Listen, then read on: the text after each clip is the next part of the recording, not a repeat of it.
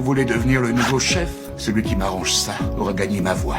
Son entrejambe était gonflée, énorme, comme un ballon de basket. En réalité, la pièce était remplie de chefs de service venus de tous les départements. Parce que ce patient n'était autre que le grand patron de l'hôpital.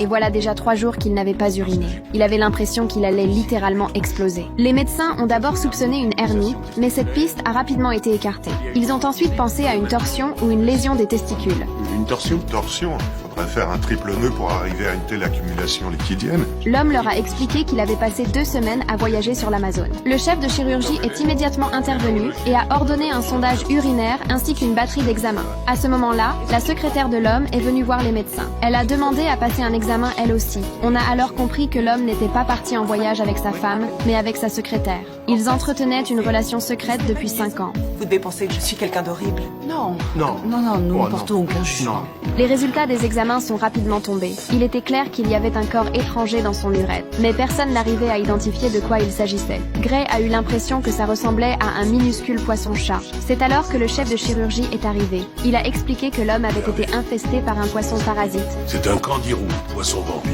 Le poisson du pénis? Jennings a le poisson du pénis? Il a un poisson dans son... Waouh!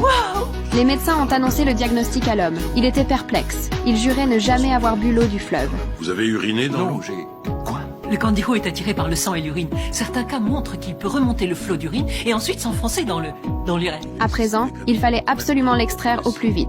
Sinon, une septicémie pouvait se déclencher et mettre sa vie en danger. Un interne a rassuré la secrétaire. Ce n'était pas contagieux. Elle n'avait rien à craindre. C'est à ce moment-là que l'épouse de l'homme est arrivée. Elle a tendu les clés à la secrétaire, presque machinalement, et lui a demandé d'aller garer la voiture. Qu'est-ce que vous allez faire? Garer la voiture? L'opération a été lancée très rapidement, mais la difficulté a largement dépassé ce qui était prévu. Au départ, les médecins ont tenté d'attraper le poisson, mais le candiru était solidement coincé.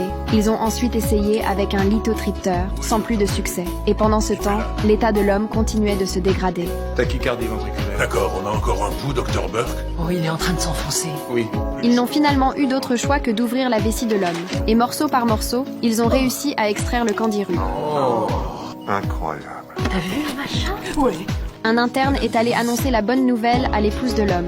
Mais contre toute attente, elle lui a demandé de transmettre l'information à la secrétaire. Cette fille est une boule de nerfs et je n'ai vraiment pas le courage de m'occuper de la petite amie de mon mari. Bien sûr que je suis au courant. La femme est toujours au courant.